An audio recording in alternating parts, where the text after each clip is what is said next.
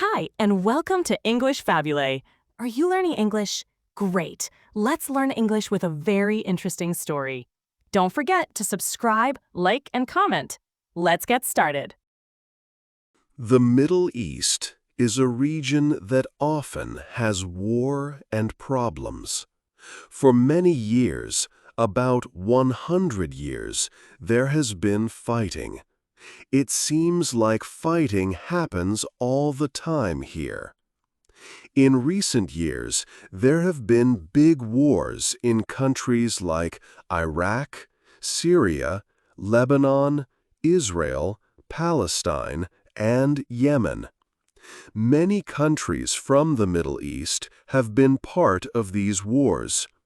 Countries from outside the region, like the United States, the United Kingdom, France, and Russia, have also been involved. These wars have had a very big effect on people. Millions of people have died because of fighting. Millions more have lost their homes and had to leave. They have become refugees, going to other countries to find safety. These wars cost a lot of money, too. The Middle East is a very troubled part of the world today. Why is this region like this? Why is there always fighting? It is a difficult question. The reasons are complex. To understand why the Middle East has so many problems today, we need to look back in history. We need to go back more than 100 years. Long ago, the map of the Middle East was different. Decisions were made about the borders of countries after a big war. These old decisions about where countries begin and end have caused problems for a very long time. These borders are one important reason for the wars and sadness that continue today. We will look at how these borders were created and why they still matter. 2. Old rulers and new plans. For many centuries, the Ottoman Empire was a very powerful state. It ruled over a large area that included much of the Middle East. Inside this big empire, there were many different communities. People had different backgrounds, spoke various languages, and followed different religions. The Ottoman rulers were able to control these different groups for a long time, keeping the empire together. In the 1800s, the British Empire became stronger and stronger. Britain started to look more at the Middle East. This region was very important for Britain's trade and power, because it was the direct way to get to India. India was Britain's biggest and richest colony. Britain wanted to make sure the sea route to India was safe and fast. To do this, Britain began to take control or gain influence in areas along the route. They created agreements called protectorates with local rulers. This gave Britain power over areas like the lands that are now the UAE, southern Yemen, and Bahrain starting in the early 1800s. A major achievement was the Suez Canal in Egypt, finished in 1868. This artificial waterway allowed ships to travel from the Mediterranean Sea to the Red Sea, cutting months off the journey to India. The canal was owned mostly by British and French businesses. Britain saw the Suez Canal as vital for its empire and took control of Egypt in 1888 to protect access to it. Britain also gained protectorates over Oman and Kuwait. In 1914, the First World War started in Europe. The Ottoman Empire decided to join the war on the side of Germany and its allies. This put the Ottoman Empire against Britain and France. Britain and France decided that when the war ended, the Ottoman Empire must be broken up. So, in 1916, two diplomats, Mark Sykes from Britain and Georges Picot from France, met in secret. They made a plan called the Sykes-Picot Agreement. This plan showed how Britain and France would divide the Ottoman lands in the Middle East between themselves. They drew lines on a map. These lines did not respect the areas where different ethnic or religious groups lived together.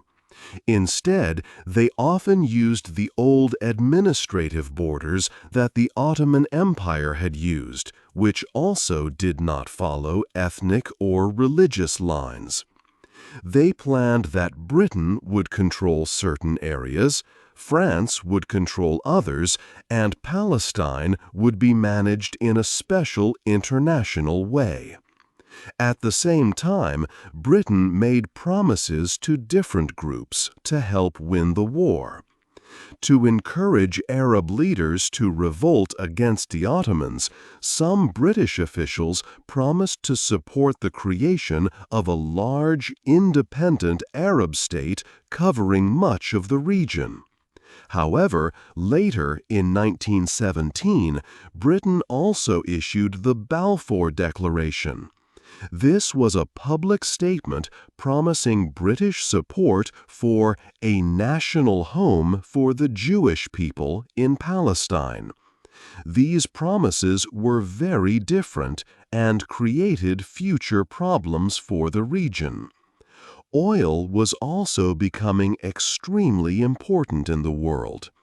It was discovered in parts of the Middle East, starting with Iran in 1908. The needs of the war, with its ships, tanks, and planes, showed how necessary oil was. While the United States was the main supplier, Britain wanted to find its own large sources. Britain believed that there were huge amounts of oil hidden in the Ottoman lands. Gaining control of these oil-rich areas became another big reason for Britain and other European powers to be interested in the Middle East.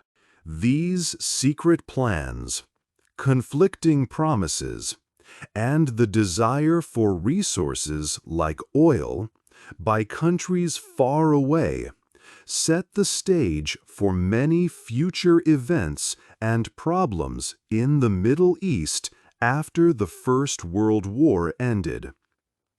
3. Making new countries. After the First World War ended, the countries that won the war started to make new maps for the Middle East. They met and made plans for the land that was the Ottoman Empire before. These plans did not think much about the people who lived there. In 1920, a treaty called the Treaty of Sèvres was made. This treaty was very hard on the Ottoman Empire. It planned to split the land into many pieces. Some areas were given to other countries, and parts were planned for new states like Armenia and a state for the Kurdish people. But the Turks did not agree with this treaty. They fought back against the winning countries. The Turkish army was strong, and they won battles. Because of this, the winning countries had to talk again. In 1923, a new treaty was made. It was called the Treaty of Lausanne. This treaty was better for Turkey. It set the borders for the modern country of Turkey that we know today. By 1923, the main borders for many countries in the Middle East were set. But this new map created problems for many people. For example, the Kurdish people did not get their own country. They were spread across the borders of new countries like Turkey, Syria, Iraq, and Iran. Today, the Kurds are a large group of people who still do not have their own state. Britain was given control over an area called Mesopotamia. They put three old Ottoman areas together: Mosul, Baghdad, and Basra. These areas had very different people living in them. Mosul had mostly Kurdish people. Baghdad had mostly Sunni Arab people, and Basra had mostly Shia Arab people. Putting them together to make the country of Iraq created problems because these groups were very different. Britain also separated the area that became Kuwait from Basra, which caused arguments later. Iraq became an independent country in 1932. France was given control over other areas. They created the countries of Syria and Lebanon.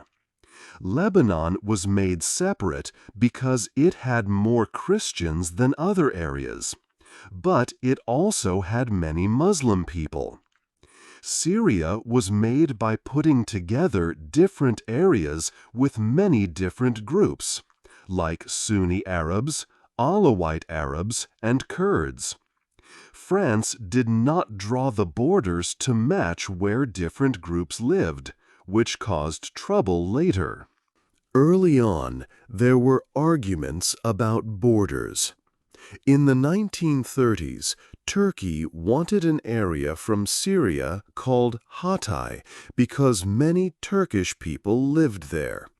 France let Hatay become separate, and then it joined Turkey in 1939. Syria still says this land belongs to them. 4. Oil and more trouble. Oil began to be found in the Middle East many years ago. An early discovery was in Iran in 1908. A very big discovery in the Arab lands was in Iraq in 1927. Later, more oil was found in other countries like Saudi Arabia and Kuwait in the late 1930s.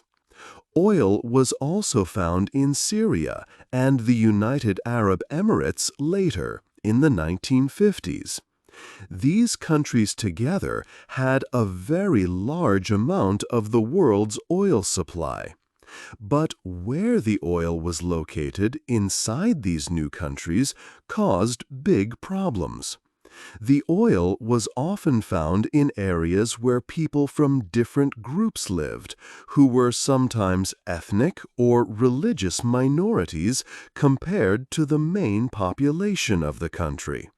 For instance, in Iraq, much oil was found in the north and south, areas with Sunni Kurds and Shia Arabs, but not in the central area where Sunni Arabs were more common.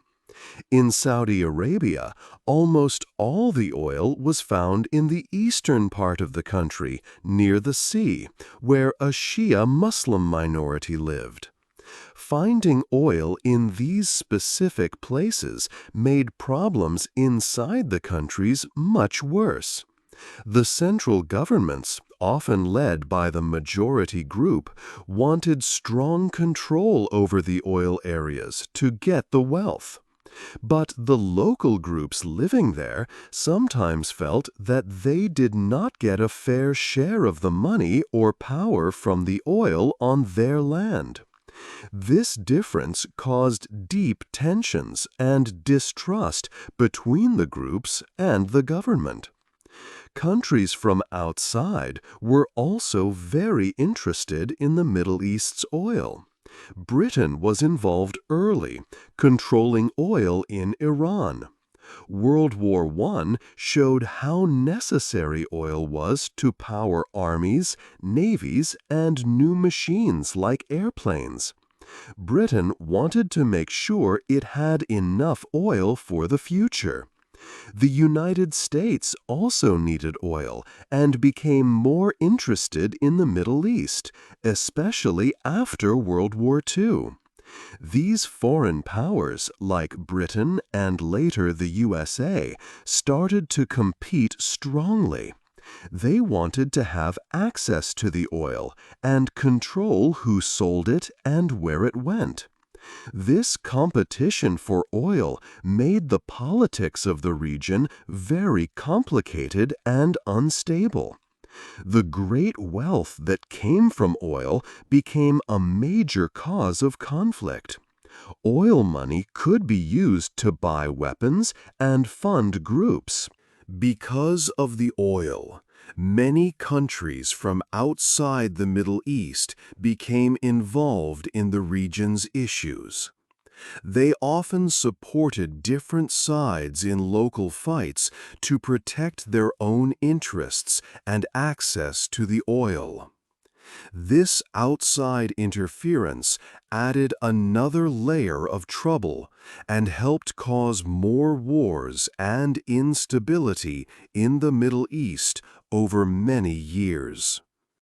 5. A new state and big fights. The British had a mandate in Palestine. More and more Jewish people came there, especially after the terrible events in Europe called the Holocaust. This changed who lived in Palestine. In 1947, the United Nations made a plan. They wanted to divide Palestine into two states, one for Arab people and one for Jewish people. The holy city of Jerusalem would be special, under international control. Many Jewish groups liked the plan, but most Arab groups did not. They thought the plan was unfair because it gave more land to the Jewish state even though there were many more Arab people living there. Fighting started between Arabs and Jewish groups.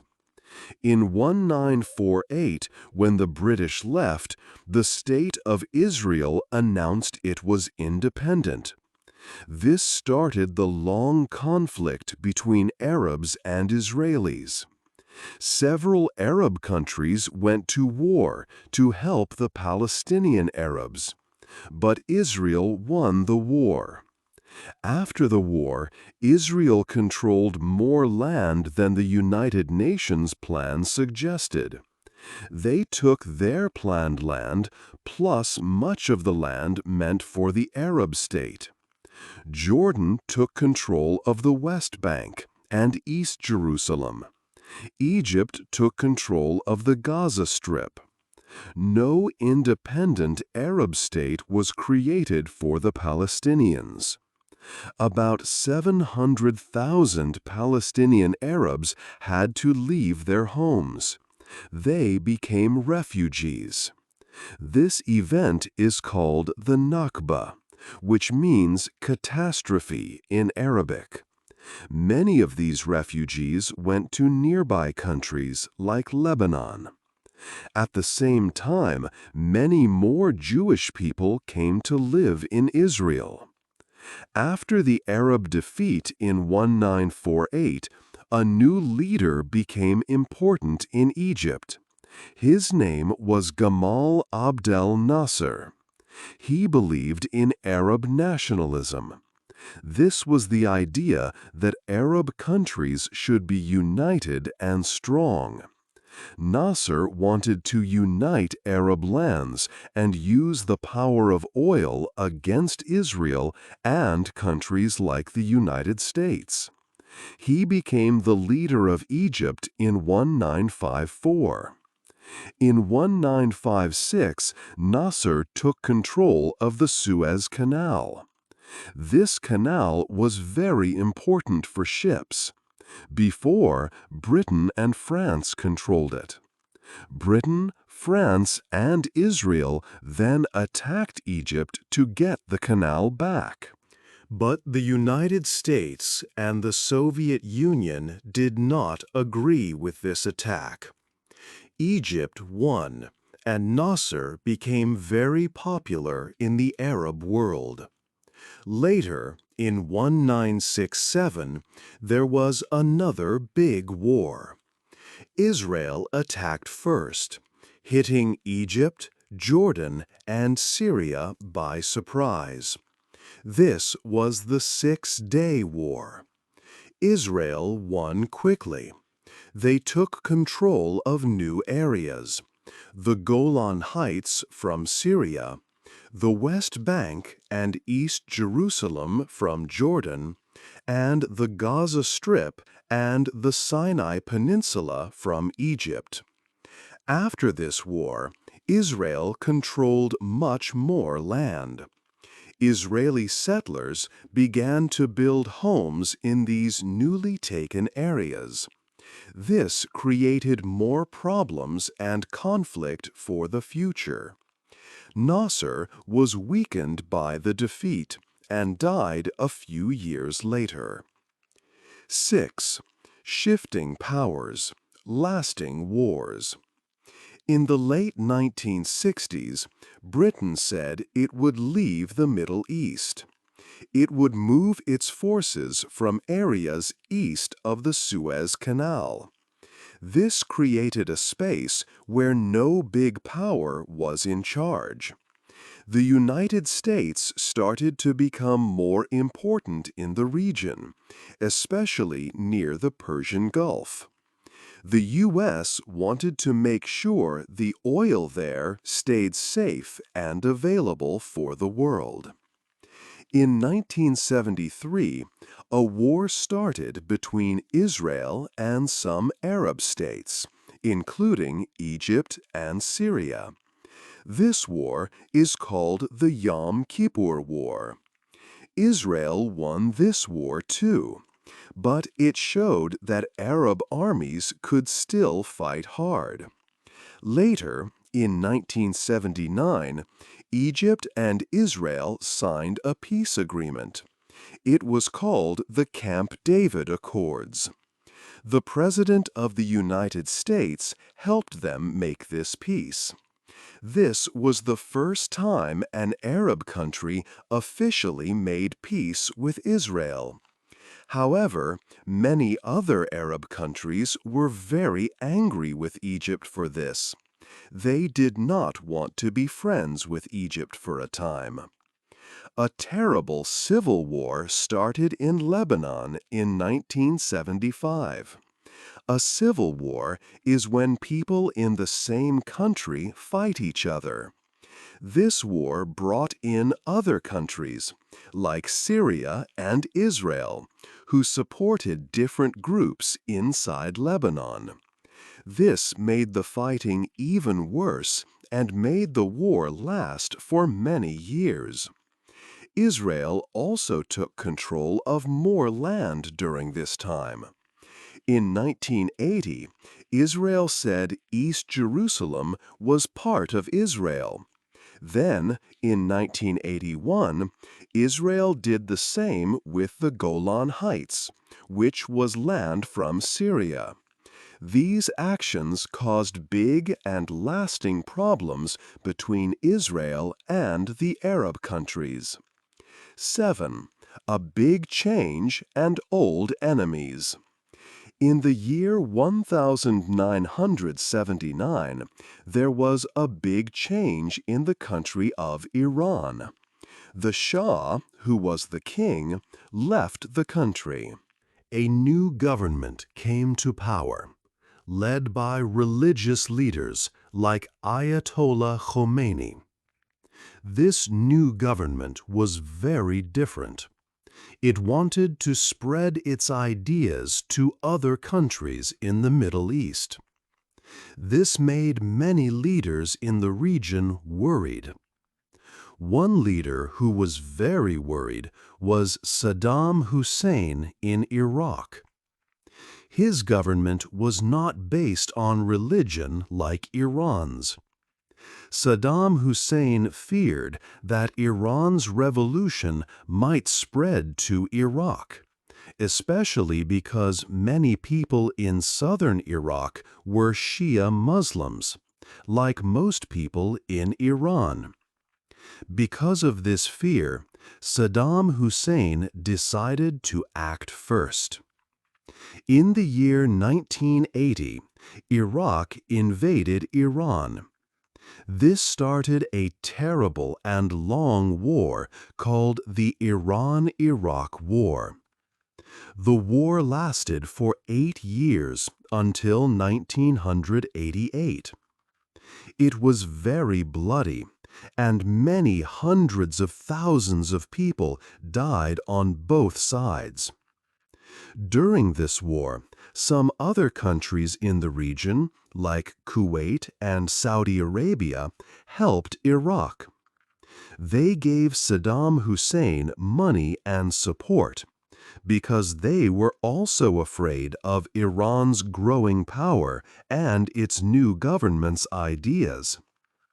The Iran-Iraq War ended with no winner and no changes to the borders.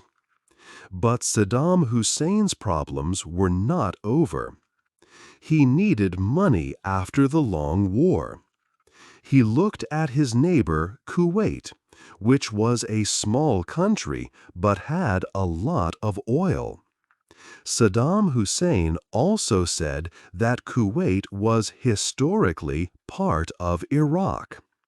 So, in the year 1990, Iraq invaded Kuwait very quickly. Saddam Hussein wanted to take Kuwait's oil and make it part of Iraq. Countries around the world were very angry about Iraq's invasion. The United States, led by President Donald Trump, helped to create a large army from many countries. This army came to the Middle East to stop Saddam Hussein. In the year 1991, this international army fought Iraq in a short war called the Gulf War. The international forces were much stronger. They quickly pushed the Iraqi army out of Kuwait. Kuwait became a free country again. The borders between Iraq and Kuwait, which were based on the old lines drawn after World War I, were put back, the way they were before the invasion. The invasion did not change the maps made many years ago. 8. Still fighting today. After the Gulf War in 1991, the United States and its friends kept a large military presence in the Middle East, especially near the Persian Gulf. This was done to make sure the region stayed stable and that oil could still be sent to the rest of the world without problems. It was seen as important for global trade and energy security. However, these actions and the existing governments were challenged by new forces. Sunni Islamist extremist groups like Al-Qaeda grew stronger. These groups were against the current governments in many Middle Eastern countries. They were also against the power and presence of Western nations in the region. A main goal for these groups was to get rid of the borders that Britain and France created after World War I. They believed these borders unfairly divided the Muslim people and their lands. Later, a group called ISIS became very well known. ISIS was an even more extreme offshoot with connections to Al-Qaeda. In 2014 and 2015, ISIS gained control over large areas across the border between Syria and Iraq. They announced they were forming a new state and actively worked to remove the physical border markers between these two countries. ISIS made it clear they wanted to dismantle the Sykes-Picot borders completely and forever. The problems caused by the old colonial map-making did not go away. The borders often ignored where different groups of people, with their own languages, religions, and traditions, actually lived. This created countries with many internal tensions. Inside these countries, different groups often felt they were not treated fairly, or that they should have their own state. Outside countries continued to be involved, often because they wanted access to the region's vast oil resources.